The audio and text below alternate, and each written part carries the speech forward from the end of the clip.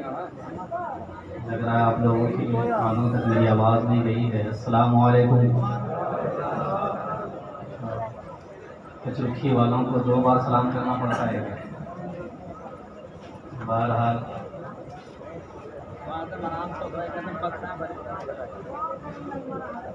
بڑی خوشی کی بات ہے کہ آپ تمامی حضرات امام حسین کے تذکرے میں تشریف فرما ہے.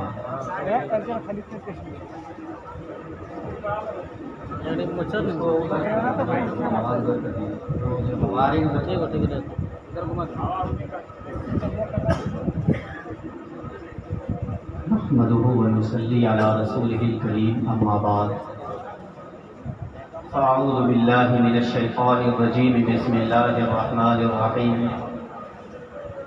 قال الله تعالى في القرآن المجيد والفرقان الحميد إن الله مع الصابرين صدق الله العظيم. درود شریف پڑھ لیں. اللهم صل على سیدنا و مولانا محمد بارک وسلم. صلوا علیہ صلاۃ و سلاما علیک یا رسول اللہ صلی اللہ تعالی علیہ وسلم. اللہ تبارک و تعالیٰ کا لاکھ لاکھ شکر ہے کہ اس نے ہم سبوں کو مسلمان بنایا.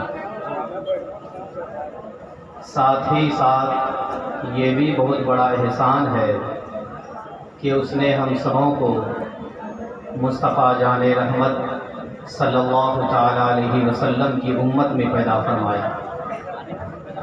اور یہ بھی بہت بڑا احسان ہے کہ آج ہم سبوں کو ذکر امام حسین میں شرکت کی توفیق عطا فرمائے. جو لوگ اس جلسے میں اس محفل میں شریک نہیں ہو سکے وہ یہ نہ سوچے کہ میں نہ آیا. جو لوگ اس جلسے میں شریک نہ ہو سکے وہ یہ نہ سوچے کہ میں نہ آیا بلکہ وہ یہ سوچے کہ امام حسین نے بلایا ہی ہے. بڑی خوشی کی بات ہے اور کہ جس امام حسین کے تذکرے کے لیے اتنی بڑی محفل سجائی گئی ہے، بسائی گئی ہے، رچائی گئی ہے، اور آپ تمامی حضرات کا یہ ہجوم، یہ ازدحام امام حسین کے تذکرے کے لیے ہے. آپ لوگ بڑے خوش نصیب ہے کہ جس امام حسین کے تذکرے کے لیے آئے ہیں الحمدللہ ثم الحمدللہ اسی گھرانے کی اولاد آپ کے دیار محبت میں تشریف فرما ہے.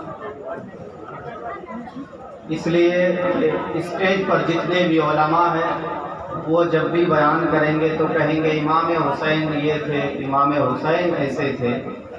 لیکن جو شخصیت آج آپ لوگوں کے گاؤں میں تشریف فرما ہے الحمدللہ وہ اسی خاندان کے ہیں، اور وہ اکثر و بیشتر یہ کہیں گے کہ میرے نانا جان ایسے ہیں. کسی شاعر نے کیا ہی خوب کہا ہے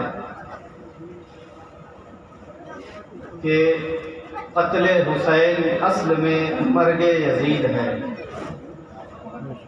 قتل حسین اصل میں مرگ یزید ہے. اسلام زندہ ہوتا ہے ہر کربلا کے بعد.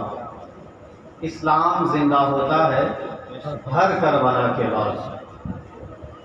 اور کسی نے کیا ہی خوب کہا ہے کہ حسین جن کے دلوں میں قیام کرتے ہیں، حسین جن کے دلوں میں قیام کرتے ہیں وہ آنسوؤں کا بڑا احترام کرتے ہیں. حسین جن کے دلوں میں قیام کرتے ہیں وہ آنسوؤں کا بڑا احترام کرتے ہیں. اور میں جب بھی لکھتا ہوں نام حسین کاغذ پر، میں جب بھی لکھتا ہوں نام حسین کاغذ پر میرے قلم کو فرشتے سلام کرتے ہیں، میرے قلم کو فرشتے سلام کرتے ہیں.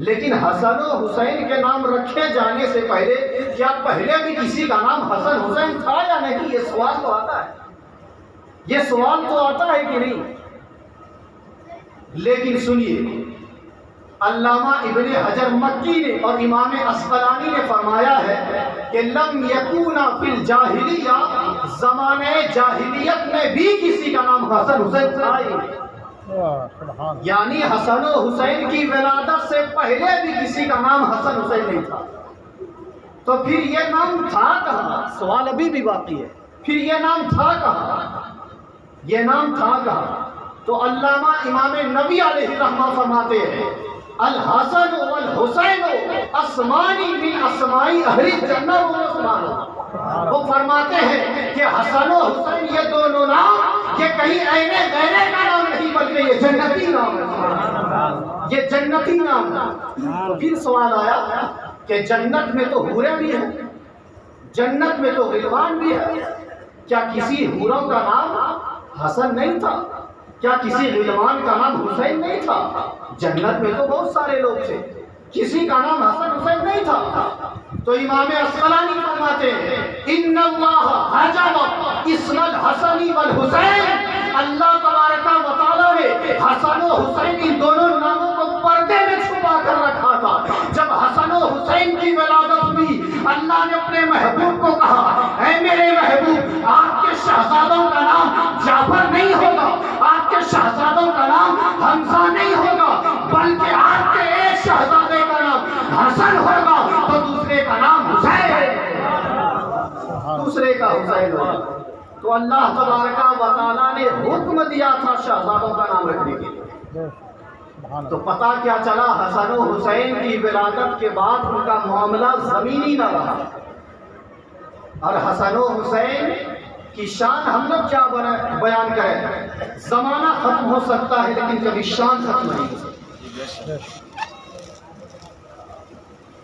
امام طبرانی المعجم الکبیر میں بیان کیا ہے، راوی حضرت عقبہ بن عامر ہے، وہ کہتے ہیں کہ ایک مرتبہ جب جنتی جب جنت میں چلے جائیں گے، جنت جب سج جائے گی، سور جائے گی، تو اس وقت جنت کہے گی پروردگار سے کہ اے پروردگار، تو نے مجھ سے وعدہ کیا تھا کہ اے جنت جب تو سج جائے گی، جب تو سور جائے گی تو تیرے حسن میں مزید اضافہ کرنے کے لیے میں 2 ستون عطا کروں گا، اور اس 2 ستون سے تیرے حسن میں مزید اضافہ ہو جائے گا۔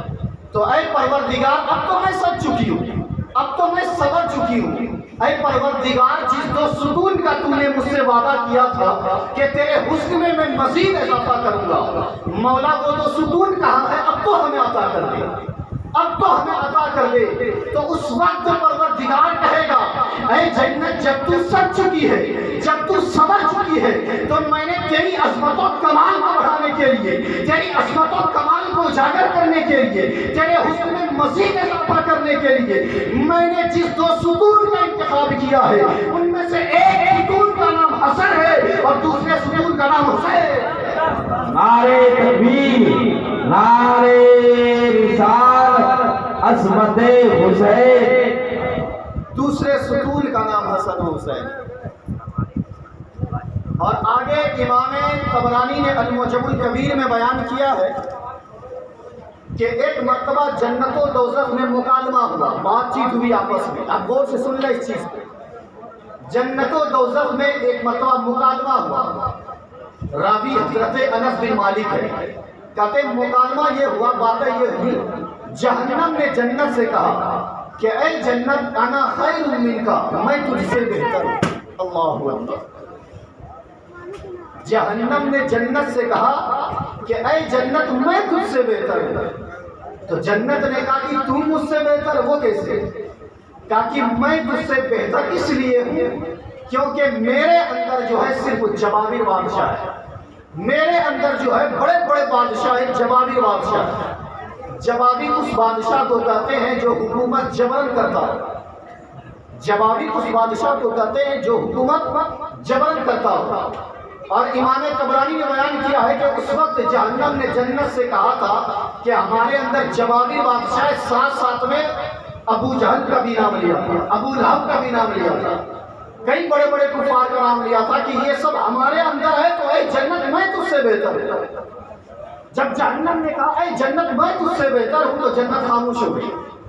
اللہ تبارک و تعالیٰ نے فرشتہ بھیجا کہ اے فرشتے جاؤ جنت کو یہ کہہ دو کہ خاموش ہونے کی ضرورت نہیں ہے، بلکہ جہنم سے یہ کہہ دے کہ اے جہنم سن لے، تیرے اندر تو صرف جباری بادشاہ ہے، تیرے اندر صرف بدبخت بادشاہ ہے، تیرے اندر تو صرف شقی بادشاہ ہے، اور ان بدبخت بادشاہوں سے تیری صرف بدبختی ہی بڑھے گی۔ لیکن اے جہنم سن لے، میرے اندر جو ہے ایسی شخصیتیں موجود ہے، خاص کر کے ایسے دو شخص موجود ہے، ایسے شہزادے موجود ہے، جب وہ شہزادے ہمارے اندر آئیں گے تو ہمارے حسن میں مزید اضافہ ہو جائے گا، ہماری عظمت و کمال میں مزید اضافہ ہوگا۔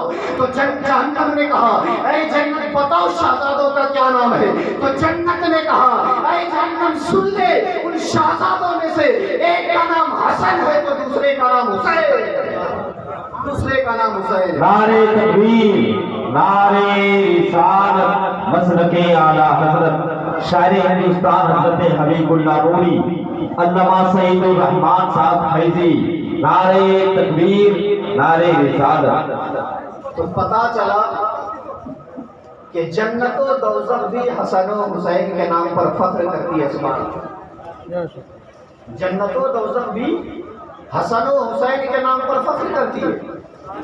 اللہ اکبر۔ خطیب بغدادی نے اپنی کتاب میں اور ابن عساکر نے اپنی کتاب میں بیان کیا ہے کہ ایک مرتبہ اللہ کے رسول صلی اللہ علیہ وسلم کی بارگاہ میں حاضر ہوں، میں نے دیکھا کہ اللہ کے رسول صلی اللہ علیہ وسلم کی گود میں امام حسین ہے اور آپ رو رہے ہیں۔ میں نے کہا یا رسول اللہ یہ کیا ماجرا ہے کہ امام حسین آپ کی گود میں کھیل رہے اور آپ رو رہے ہیں؟ آپ کی آنکھیں اشکبار ہے، آپ کی آنکھیں اشکبار، آپ رو رہے ہیں، یا رسول اللہ کیا ماجرا ہے؟ ریزن کیا ہے، وجہ کیا ہے؟ آقا نے فرمایا اے ام سلمہ ابھی جبریل میرے پاس آیا تھا اور یہ کہہ کر گیا ہے کہ یا رسول اللہ آپ کے شہزادے حسین کو آپ کی امت شہید کر دے گی، اور جس جگہ شہید کرے گی اس جگہ کا نام کربلا ہے۔ ساتھ ساتھ جبریل نے یہ اس جگہ جہاں پر امام حسین شہید ہوں گے اس جگہ سے یہ مٹی لا کر دیا ہے، تو اے ام سلمہ اس مٹی کو تم سنبھال کر رکھنا، جس دن یہ مٹی خون میں بدل جائے سمجھ جانا کہ حسین شہید ہو چکے ہیں۔ جس دن یہ مٹی خون میں تبدیل ہو جائے سمجھ جانا کہ حسین اس دن شہید ہو چکے ہیں۔ اللہ اکبر۔ ام سلمہ رضی اللہ تعالیٰ عنہ فرماتی ہے کہ اس دن سے دن گزرتا گیا، رات گزرتی گئی، لیل و نہار کروٹیں کھاتے رہے، کچھ عرصہ گزرا، میں ہر دن اٹھ کر کے شیشی چیک کرتی تھی، مٹی دیکھتی تھی کہیں خون میں تبدیل تو نہیں ہوئی۔ کہتی ہے ایک دن میں مدینہ شریف میں دوپہر کے وقت لیٹی ہوئی تھی اور مجھے نیند آ گئی، مجھ پر نیند کا غلبہ آیا۔ وہ کہتی ہے کہ جب میں نے خواب کیا دیکھا نیند کی حالت میں، دن میں نہیں، میں نے خواب میں دیکھا کہ اللہ کے رسول صلی اللہ علیہ وسلم کی ریش مبارک، آپ کی داڑھی مبارک گرد آلود ہے۔ میں نے کہا یا رسول اللہ یہ کیا ماجرا ہے کہ آپ کی داڑھی مبارک میں گرد آلود، کیا ماجرا ہے یا رسول اللہ؟ تو اللہ کے رسول صلی اللہ علیہ وسلم نے فرمایا کہ اے ام سلمہ ابھی میں مبتلے ہو کے آ رہا ہوں، ابھی میں کربلا سے آ رہا ہوں، اور میری امت نے میرے شہزادے میرے حسین کو شہید کر چکے ہیں۔ اللہ اکبر۔ ام سلمہ کہتی ہے میں دوڑ کر کے اس شیشی کے پاس گئی جو صدیوں پہلے میں نے رکھا تھا۔ اللہ اکبر۔ ام سلمہ کہتی ہے جب میں نے اس شیشی کو دیکھی تو میں کیا دیکھتی ہوں، جو مٹی میں نے پہلے رکھا تھا آج وہ مٹی خون میں تبدیل ہو چکی ہے۔ جب میں نے یہ دیکھا کہ میری زبان سے بے ساختہ یہ نکل پڑا کہ حسین شہید ہو چکے ہیں، حسین شہید ہو چکے ہیں۔ پتہ یہ چلا اس حدیث پاک سے کہ کربلا میں امام حسین جو گئے تھے وہ اپنی مرضی سے نہیں بلکہ خدا کی مرضی سے گئے تھے، اپنی مرضی سے نہیں بلکہ رب کی مرضی سے گئے تھے۔ اس لیے میرے محترم دوستو ہمیں امام حسین کے سیرت و کردار پر عمل کرنا چاہیے، تاکہ جب امام حسین کے سیرت و کردار پر ہم عمل کریں گے ہم یہاں میں بھی کامیاب رہیں اور آخرت میں بھی کامیاب رہیں۔ کربلا کی دھرتی پر امام حسین نے جو پیغام دیا تھا، وقت کی قلت تو دامنگیر ہے، میرا موضوع تو کچھ اور تھا، لیکن میں اہل اسٹیج سے یہ گزارش کرنا چاہوں گا کہ خاص کر کے ماہ محرم میں جب بھی جلسہ جلوس کرائیں کوشش یہ کریں کہ آپ مقررین کو عنوان دے دیں. کوشش یہ کریں آپ مقررین کو عنوان دے دیں. مثال کے طور پر اگر آپ نے ایک مقرر کو بلایا ہے تو آپ اسے کہہ دیں کہ آپ کو مدینہ شریف سے لے کے کربلا تک بیان کرنا ہے. آپ باضابطہ عنوان لکھ دیں مدینہ شریف سے کربلا تک کا سفر. دوسرے مقررین کو آپ یہ عنوان دے دیں کربلا وادی کربلا سے لے کے مدینہ شریف تک. تب آپ کو پتا چلے گا کہ مدینہ شریف سے کربلا تک کیا ہوا اور کب شہید ہونے کے بعد کربلا سے پھر مدینہ کیسے تشریف لائے. لیکن اس طرح خلط ملط ہو جاتا ہے کون کیا بیان کرے پتہ ہی نہیں چلتا. لیکن آج ہمارے معاشرے کا حال یہ ہے کہ امام حسین رضی اللہ تعالیٰ عنہ کی شہادت کے بارے میں اس طرح تذکرہ کیا جاتا ہے, اس طرح روز ہو کر کے تذکرہ کیا جاتا ہے. یوں محسوس ہوتا ہے کہ کربلا میں کوئی ایسا شخص گیا تھا اور وہ اس طرح مظلومیت کے شکار ہو رہے تھے. یوں محسوس ہو رہا تھا کہ وہ کربلا جلدی چھوڑنا چاہتے ہیں, حالانکہ حدیث ایسا نہیں ہے. بلکہ اللہ نے قرآن میں کہا ان اللہ مع الصابرین. کربلا کی دھرتی پر اگر سب سے زیادہ کوئی صبر کرنے والا تھا تو وہ امام حسین کی ذات تھی. تو کربلا کا جب بیان ہو, امام حسین کا جب بیان ہو, اس طرح روت ہو کر بیان نہیں ہونا چاہیے بلکہ شہادت کا تذکرہ اس طرح بیان ہو کہ ہر سنی مسلمان کے دلوں میں شہادت کا وہ جذبہ ہو, شہادت کا جذبہ آ جائے. میرے محترم دوستو, وقت نہیں ہے, ہم سے بڑے بڑے لوگ تشریف فرما ہے, میں بالکل ادنا سے طالب علم ہوں. جو بھی بیان ہوا اللہ تعالیٰ کی بارگاہ میں دعا کرتا ہوں ان باتوں پر سب سے پہلے ہمیں پھر ہمارے گھر والوں کو پھر عالم اسلام کو عمل کرنے کی توفیق عطا فرمائے. استغفر اللہ ربی من کل ذنب و اتوب الیہ. سبھی لوگ پڑھ لیں لا الہ الا اللہ محمد رسول اللہ.